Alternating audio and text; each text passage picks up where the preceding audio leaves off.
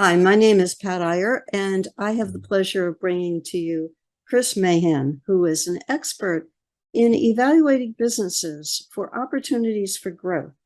I'm the host of Legal Nurse Podcast, and I connected with Chris through a support program and a mentorship program that we are both going through. I invited Chris because of his background as an astute business person and thought that he would bring you some value in terms of focusing on marketing your legal nurse consulting business. Welcome to the show, Chris. Pat, it is great to be with you and your listeners today. Thank you for asking me. You are welcome. I know that you have seen and heard many errors, many mistakes. You've also, I'm sure, seen lots of success stories. Mm-hmm. If we have to look at the flip side of what are the marketing mistakes that can hold a business owner back, what would you say are some of the points that you'd like to share that can be a detriment to a legal nurse consultant's business? Well, one of the mistakes that I see so many small business owners making is they're really good at what they do. For instance, in your case, your listeners are great at being the expert witnesses in a legal case, but they don't have a lot of background in marketing. And so what they revert to is they simply do what they see other people doing. And where I really see that as a major mistake is where a small business tries to market and advertise the same way a nationwide chain or a big box store does. And so we need to look at ways as small business owners how we can scale our marketing to fit our budget, to fit our time, and more importantly, to fit our audience. I think you've hit the nail on the head, Chris. There's nothing in nursing school that teaches nurses how to be business owners. The whole focus is on the clinical world. And when we decide that we're going to start a business, there's a whole series of steps and principles that we know nothing about. Exactly. What are and I've made that mistake when I started my businesses. Yes. Well, then we know that we are not alone in handling this particular issue. What if you had to give somebody some guidance on how we fill in that knowledge that we're lacking? What do you recommend to your clients that they do in order to learn marketing? Well, there are obviously a lot of great books that they can read, going to Amazon and simply searching that topic. Or, obviously a mentorship, somebody who's walked that path before and has done it successfully. And more than anything else, I think it's just trying to find what are the keys for my business, the type of business I'm in, the size of business I'm in, and the clients that I am trying to reach.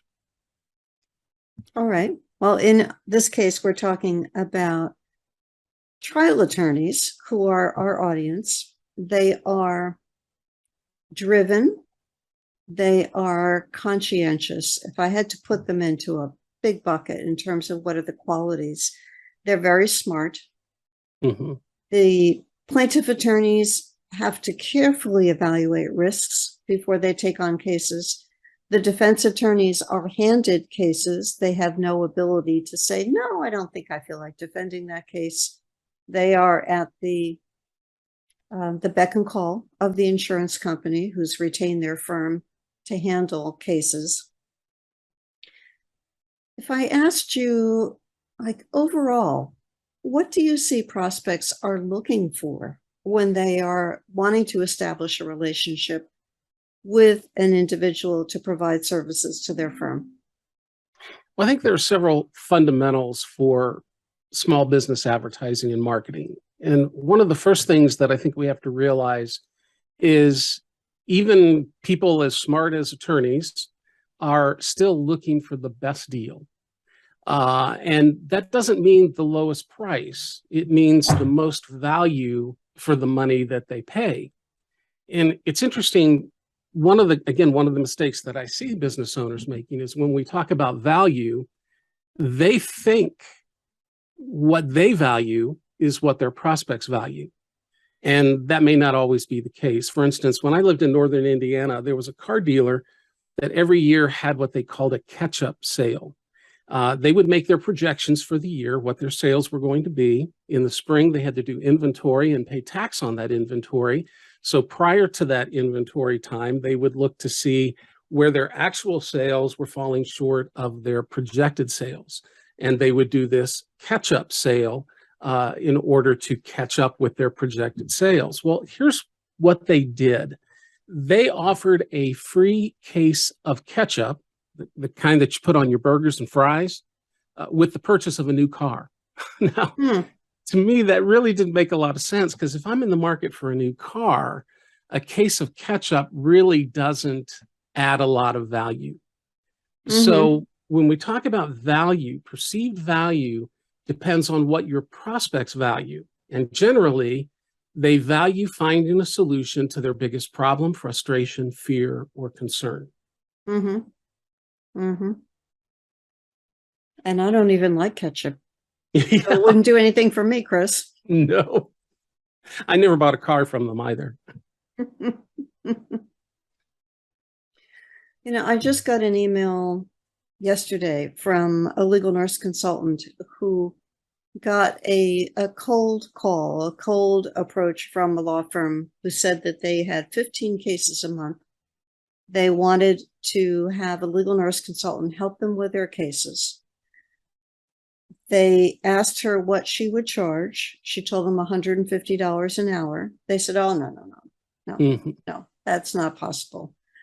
We think that we want to hire a nurse for, say, $70,000 a year, which translates to under $40 an hour. And she approached me to say, how do I respond? I really like their cases. What would you say to that? Well, when we talk about value, unfortunately, so many purchasers, prospects, shop for the best price.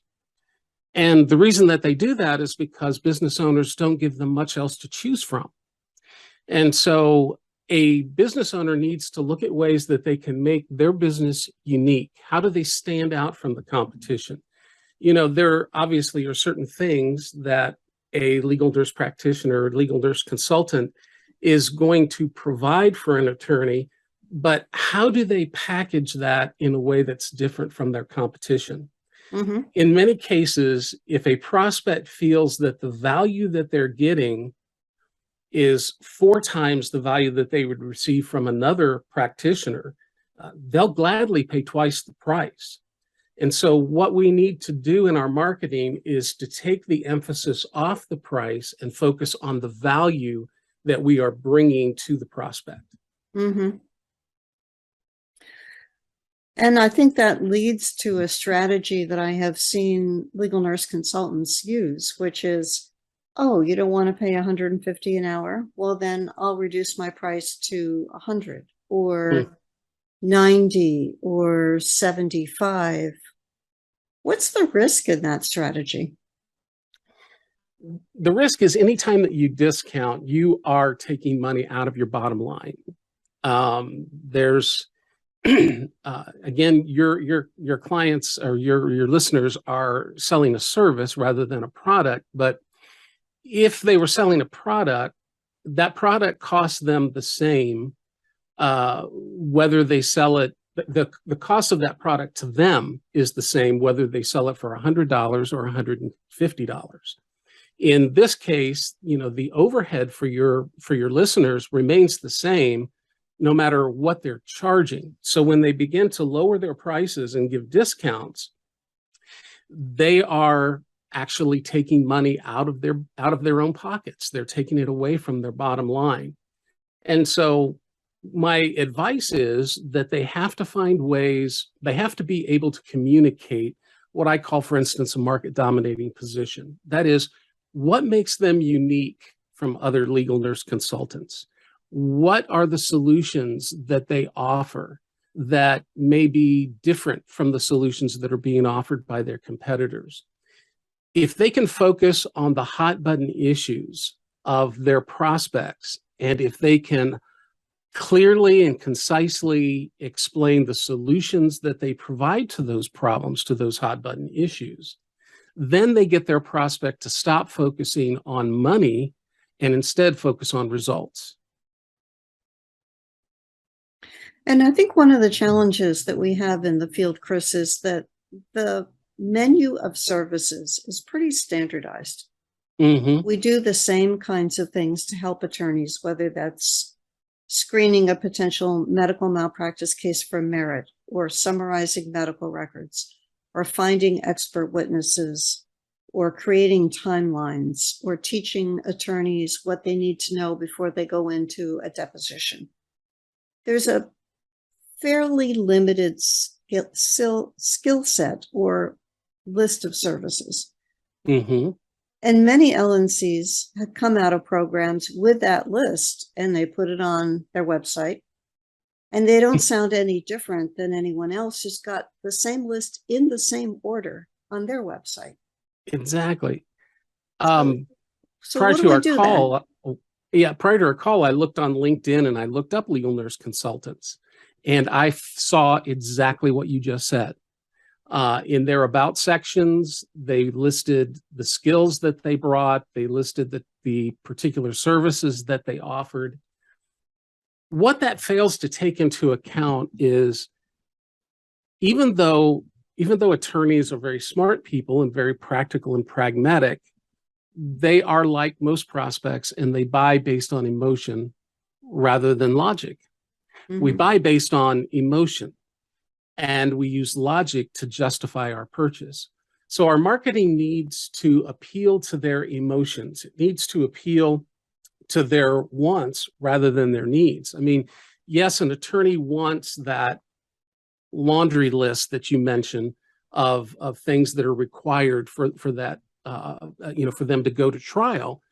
But what is it that they want?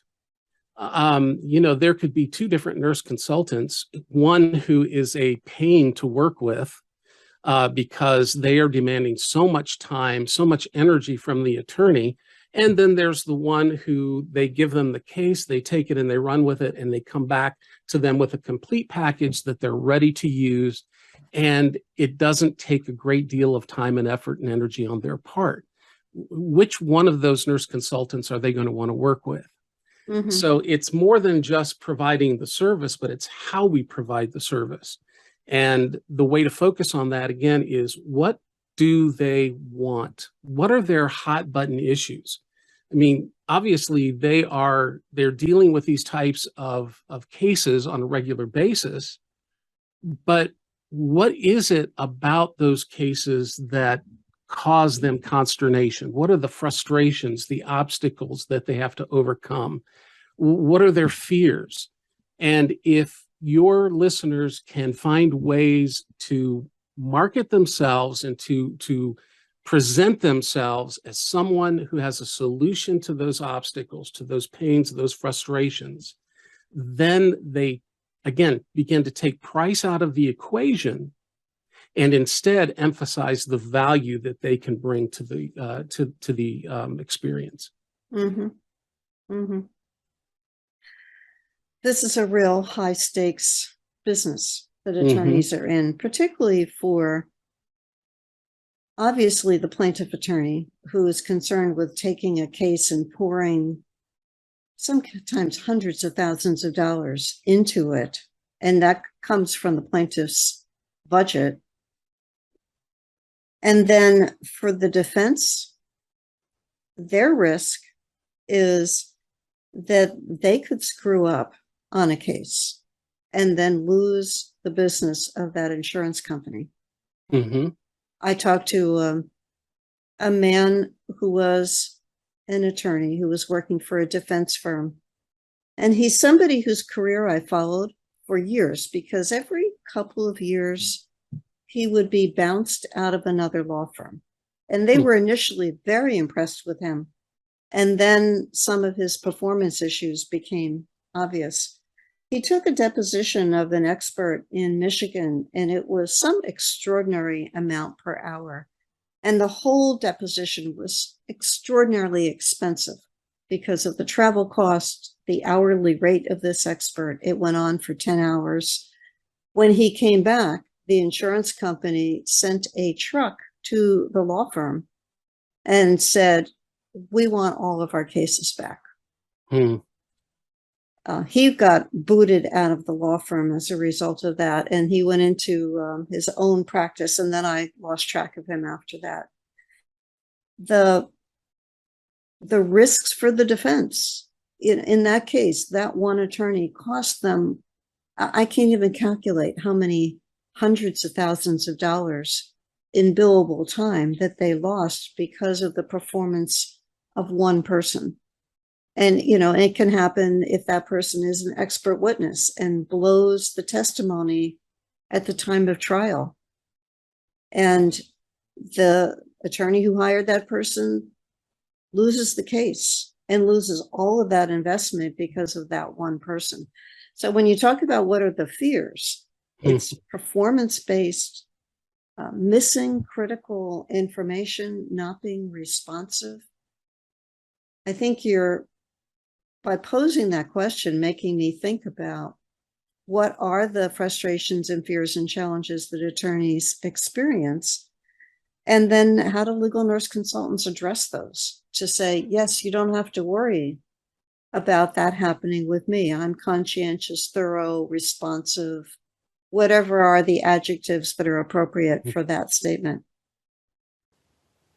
Before we continue with the show, I'd like to share this special announcement with you.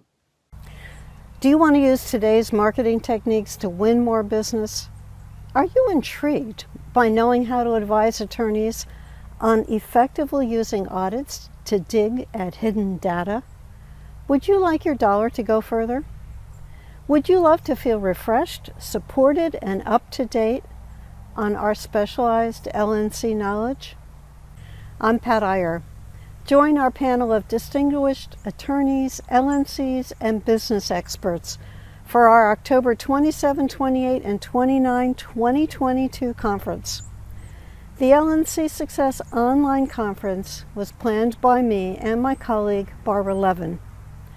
Our 6th online conference is convenient, stimulating, and the place to be, to network, learn, laugh, and rejuvenate.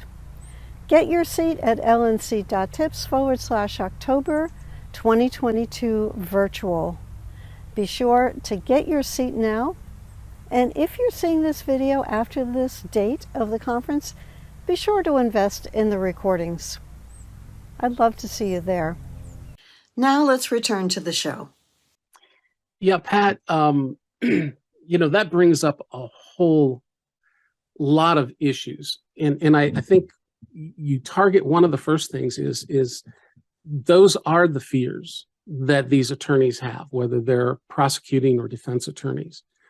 The more that a legal nurse practitioner can understand those fears, and then he or she can innovate their business so that they are addressing those fears specifically. I mean, when we get out of college, when we get out of a certification program or whatever, it's sort of like you said, we have this cookie cutter list of things, services that we need to offer. But once you get into the business and you begin to understand your clients and your prospects, and you better understand the difficulties that they face, then you can begin to innovate your business and to focus on the things that will provide solutions to those particular issues.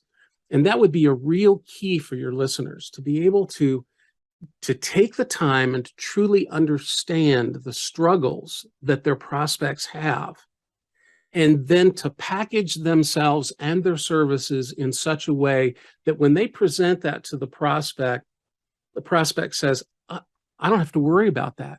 It's taken care of. I know that I can rely on this person to provide what I need. That's not only going to make me look good, but it's going to help me to win the cases that I've been hired to take part in. Mm-hmm. Mm-hmm. Yes. Being successful, regardless of who that attorney is representing, is critical for the survival of the attorney, the survival of the law firm, the survival of whatever entity is involved in that. And I think, Pat, one of the things that, like I said, I mean, I looked at LinkedIn profiles, and in the about section, it was just kind of interesting because they looked so similar. One of the things that I saw is that these individuals in their about section focused on them. One in particular, I don't remember how many I's I counted in that. I do this, I do that, I've been here, and frankly, prospects aren't really interested in our business. What they're interested in is the results we bring. And so one of the things that your listeners can do to actually market themselves more effectively is to focus on the results that they bring, and that's what they talk about. They don't talk about their education. They don't talk about their background. They don't talk about the specific things that they do in order to provide the result. They focus on the result itself. And obviously, the more experience they have, the more success stories that they can share, definitely helps them to communicate the fact that I'm the person that can produce the results that you need. And I think what you're describing is the two sides to the coin, the negative or the problems, the challenges, the frustrations, and the fears is on one side. And if you flip the coin over, the stress-free, lack of anxiety, success, feeling in control, feeling in charge of the details of a case, feeling educated about the facts of that particular case, knowing that nothing is hidden or has been missed. That is more on the benefit side, if I'm understanding what you're saying correctly. Exactly. And one of the ways that I like to, a very simple way that I like to explain how we should present ourselves in our marketing is we need to kind of get into the mind of our prospect. I mean, like I said, the car dealer thought that a case of ketchup was a great thing to give away, but I doubt that many of their customers really felt that it was a great deal of value. Instead, it would have been better for that car dealer to get into the mind of his or her potential clients and figure out what is it that they value. And I believe that conversation focuses on two things. First of all, it focuses on the problem that the prospect has but doesn't want. And second, the solution they want but they don't have. And if your listeners can communicate those two ideas where they emphasize the hot buttons. I know from working with other attorneys that, there's this fear, there's that obstacle, there's this struggle. And when they say those types of things, then their prospect begins to identify with them. Yes, this person understands my hot button issues. They understand the struggles that I have. And then when they hear that followed up with, here's the solution that I provide that takes away that problem, they're saying, yes, that's what I want. That's what I am looking for. And again, that makes the person who is able to communicate that, makes them appear as having more value than their competitors.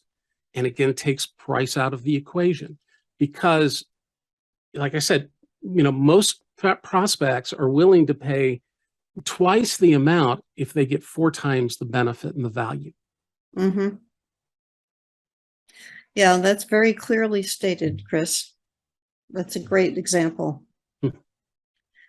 You mentioned something earlier. I wanted to circle back to it, which is that prospects or clients justify their decision, which is made emotionally, but they justify it with logic.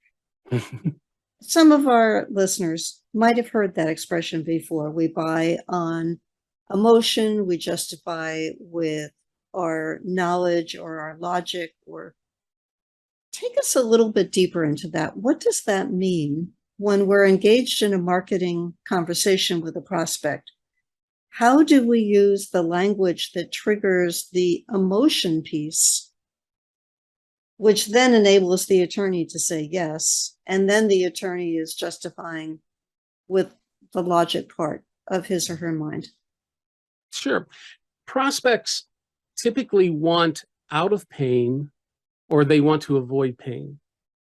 And so when you market to that end, your marketing will resonate with them. An example would be like a child psychologist.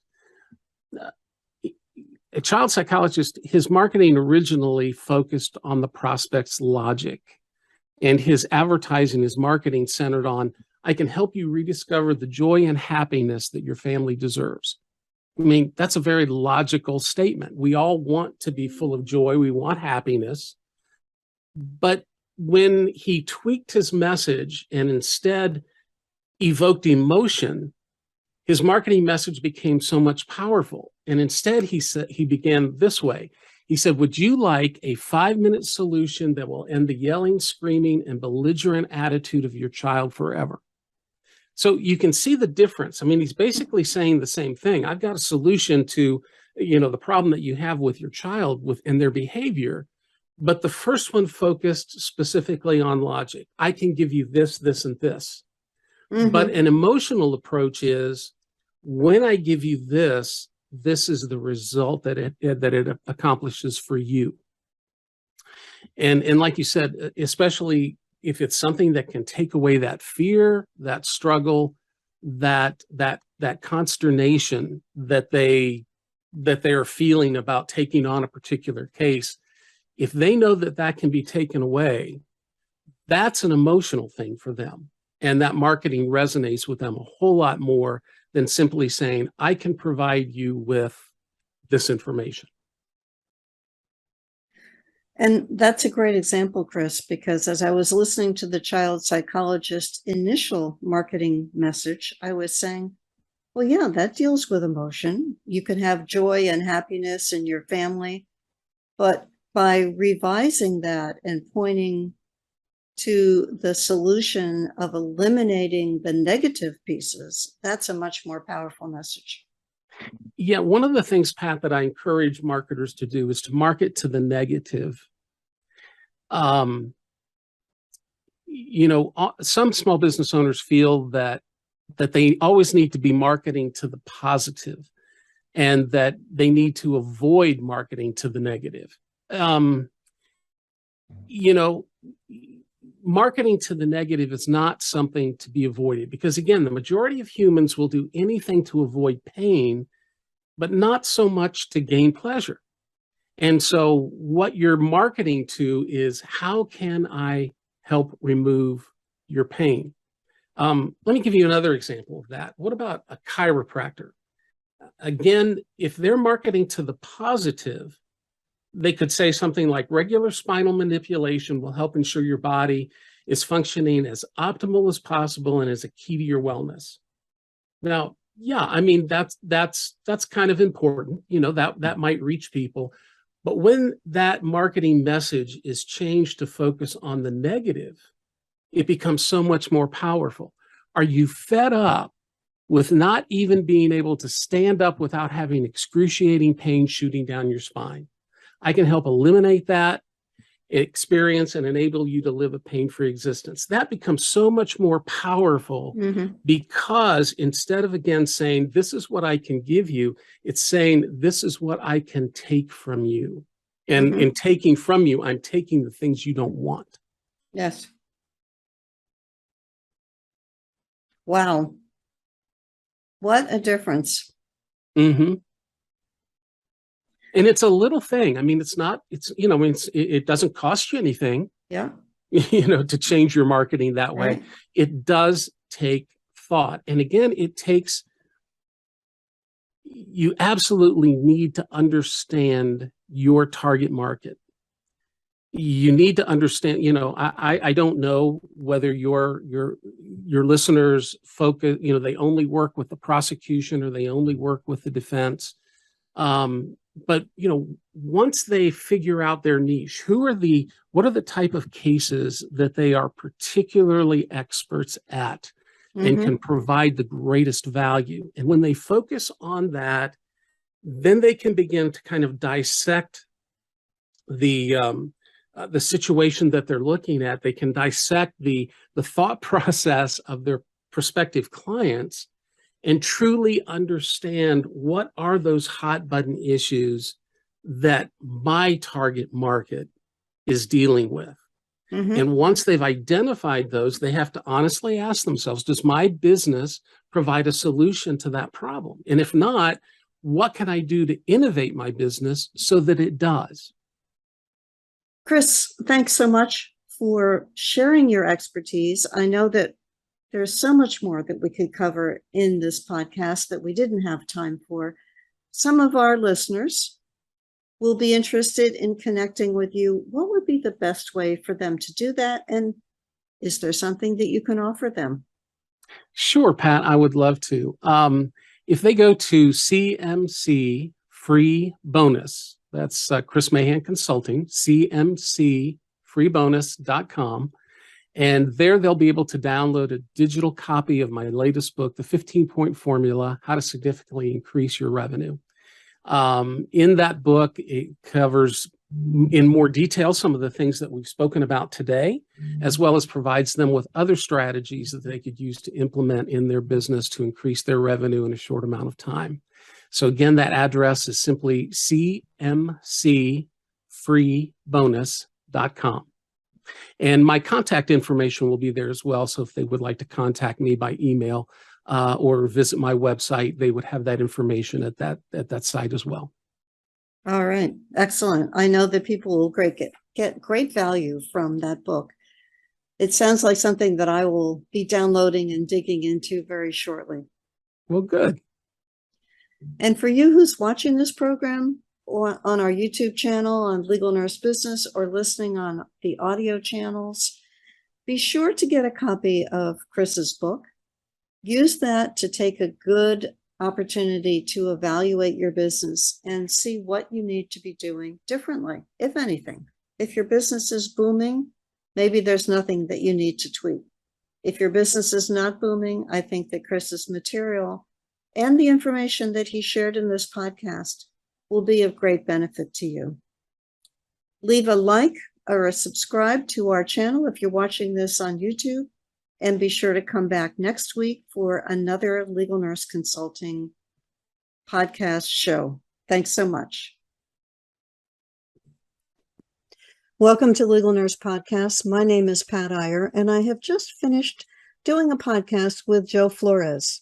He is a registered nurse, has been a legal nurse consultant, went through school to become a nurse practitioner, and is now trying cases in Texas as an attorney.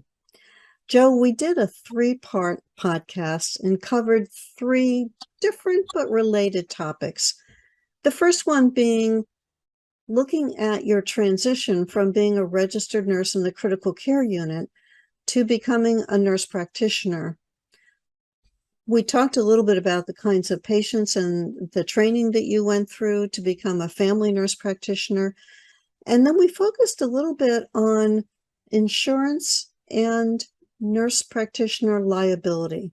What were some of the key points and topics that we covered in that area? Well, Pat, thank you for having me on. And those 3 areas included the role of the MP and the things that are happening right now. I would underline to MPs that you need to carry your own insurance, occurrence-based or versus claims made. Occurrence-based wins every time. You don't have to carry it with you when you leave a place and worry about if there was a potential lawsuit or complaint. And generally, occurrence-based, good quality policies also have an administrative clause that will defend your license in front of the nursing board, saving you tens of thousands of dollars for only a fraction of that every year. And we also talked about the NP coming to the table and learning more about legal issues. And I would welcome that. Secondly, the LNC's role and how I migrated to that, that brought me to the road I am today and what I use today.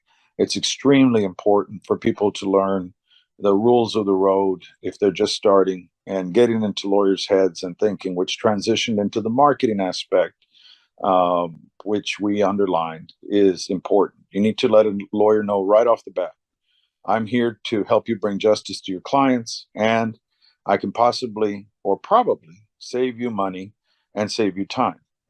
And those three areas will hit their heart and mind, and they will get the point quickly. And then lastly, we talked about nurse education, the nursing shortage.